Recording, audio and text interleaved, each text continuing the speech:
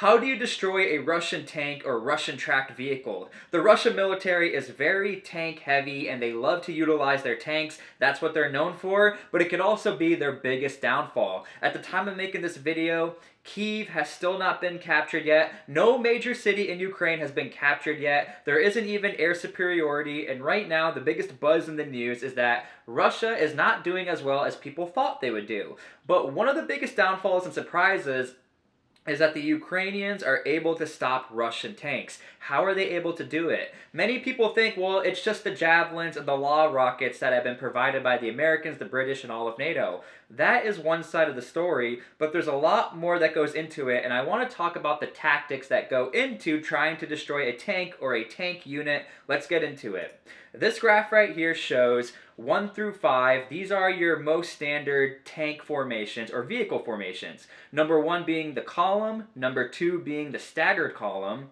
Number 3 are your echelons. You either go echelon right or echelon left.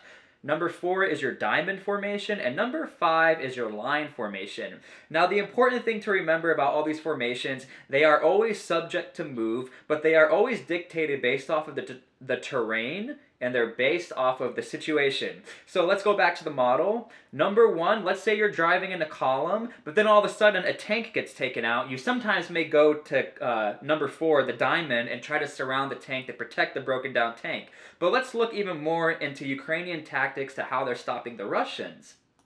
Right here we have a column, 1 through 5. Let's imagine we have 1 through 5 tanks just going up a road in a straight line.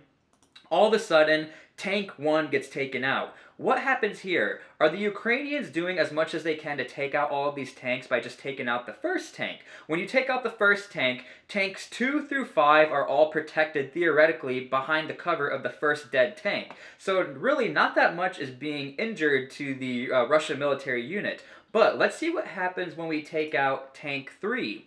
When you take out tank 3, you're actually doing a lot more than taking out that front tank you see. You have tanks 1 and 2 who are totally isolated from 4 and 5. So 1 and 2 right now are totally subject to an ambush, and then from there they can take out tanks 1 and 2. And from the back, 4 and 5 are also on their own.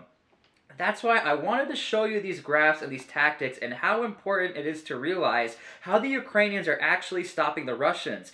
And this could also dictate how dirty the Russians can play. If the Russians are not able to utilize their tanks, they're going to have to take the fight to the air, and we're already seeing the Russians taking out civilian areas and populations, and this can get very dangerous and dirty. But I hope this little short informative video shows how you are able to take out a Russian tank unit by just isolating one tank, ambushing the other two, and remember, the formations are always subject to change. And I just wanted to show you guys this video. I hope you enjoyed. Please subscribe, and I hope to see you guys in the comments.